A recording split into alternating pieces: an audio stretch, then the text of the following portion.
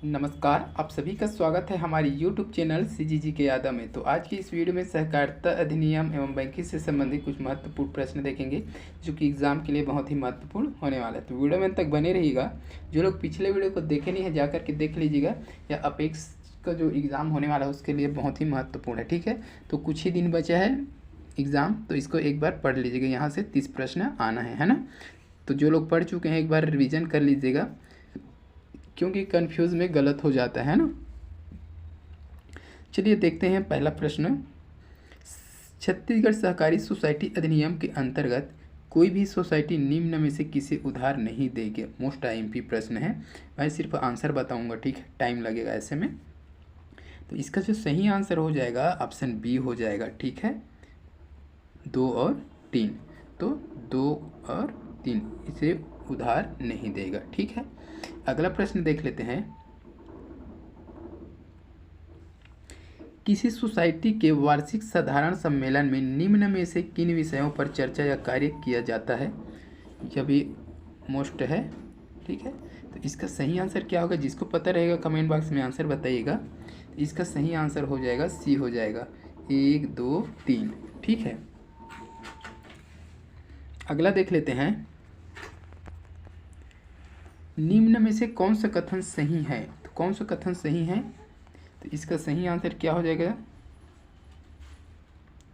Option C हो जाएगा। ठीक है, तो 1 और 3 जो है सही है, बाकी ये गलत है। ठीक है, इसको रोक के पढ़ लीजिएगा, वीडियो को रोक कर पढ़िएगा आज आप लोग। ठीक है, अगला प्रश्न देखते हैं।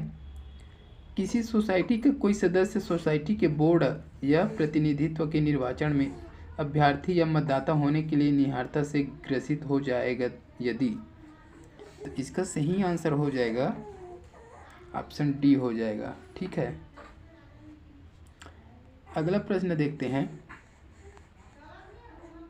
निम्न में से कौन सा कथन सही है। तो निम्न में से कौन सा कथन सही है उसको बताना है। तो इसका सही आंसर क्या होगा,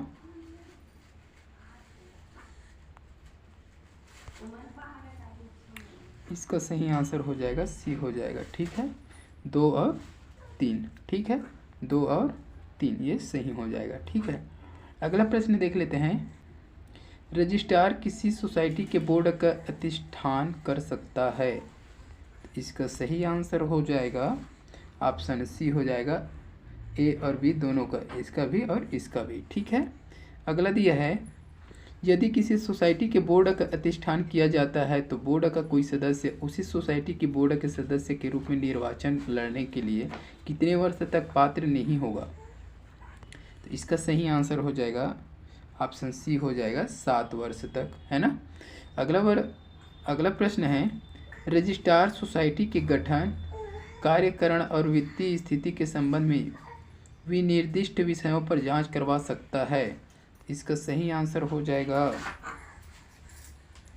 ऑप्शन डी हो जाएगा। ठीक है, सोसाइटी के कुछ सदस्यों के कम से कम 1/10 सदस्यों की लिखित मांग पर। ठीक है, अगला प्रश्न देख लेते हैं। किसी सहकारी बैंक के परिसमापन के लिए आदेश कौन जारी करेगा। मोस्ट आईएमपी प्रश्न है, यह आने के चांसेस बहुत ज़्यादा है इस प्रश्न का। ठीक है, तो इसका सही आंसर क्या हो जाएगा, तो इसका सही आंसर जो है बी हो जाएगा। ठीक है, रजिस्ट्रार रिजर्व बैंक की पूर्व अनुशंसा पर। अगला प्रश्न है। कोई सोसाइटी जो स्वयं का पुनर्गठन करने का विनिश्चय करती है उसे कहा जाता है, उसे क्या कहा जाता है। तो इसका सही आंसर हो जाएगा बी हो जाएगा, प्रभावी सोसाइटी। अगला प्रश्न देख लेते हैं। कोई सोसाइटी अपने नाम में परिवर्तन कर सकता है। इसका सही आंसर क्या हो जाएगा, ए हो जाएगा। ठीक है, अपनी उपविधियों में संशोधन करके अपने नाम में परिवर्तन कर सकता है। ठीक है, अगला दिया है। छत्तीसगढ़ राज्य सहकारी अधिकरण के संबंध में कौन सा कथन सही नहीं है पूछा गया है। ठीक है, तो इसका सही आंसर हो जाएगा ऑप्शन डी हो जाएगा। ठीक है, इस अधिकरण में केवल ऐसे व्यक्ति को अध्यक्ष बनाया जा सकता है जो उच्चतम न्यायालय का न्यायाधीश रह चुका हो। ठीक है, अगला प्रश्न है। बैंकिंग रेगुलेशन एक्ट 1949 के तहत प्राथमिक सहकारी बैंक वह है जो, तो इसका सही आंसर क्या हो जाएगा ऑप्शन डी हो जाएगा उपरोक्त सभी, ये भी और ये भी, यह तीनों हो जाएगा। ठीक है, अगला है बैंकिंग रेगुलेशन एक्ट 1949 के तहत यदि कोई सहकारी बैंक रिजर्व बैंक द्वारा तय मात्रा में नकद आरक्षित रखने में किसी दिन विफल रहता है तो उससे सस्ती वसूल की जाती है। सस्ती मतलब जुर्माना, है ना। तो इसका सही आंसर क्या हो जाएगा, जल्दी से बताइए कमेंट बॉक्स में। इसका सही आंसर हो जाएगा ए हो जाएगा। ठीक है, बैंक दर से 3% अधिक सस्ती ब्याज। ठीक है, अगला प्रश्न देख लेते हैं। बैंकिंग रेगुलेशन एक्ट 1949 के तहत कोई सहकारी बैंक क्या नहीं दे सकता, तो इसका सही आंसर क्या हो जाएगा, सी हो जाएगा। ए और बी दोनों, ये भी और ये भी। इसको रोक करके पढ़ लीजिएगा वीडियो को, है ना। अगला दिया है कृषकों को सहकारी समितियों या बैंकों के माध्यम से अधिकतम कितना अल्पकालीन ऋण 0% ब्याज दर पर मिल सकता है। मोस्ट आईएमपी प्रश्न है। इसका सही आंसर हो जाएगा सी 5 लाख तक। ठीक है, अगला प्रश्न है राज्य में वर्ष 2021-20 में अल्पकालीन कृषि ऋण वितरण की पूर्ति का प्रतिशत कितना रहा। तो इसका सही आंसर क्या हो जाएगा, जल्दी से बताइए कमेंट बॉक्स में। तो इसका सही आंसर हो जाएगा सी हो जाएगा 92.51%। अगला प्रश्न है प्राथमिक कृषि साख समितियों के माध्यम से निम्न में से कौन सी जन कल्याणकारी योजनाएं संचालित नहीं हो रही है।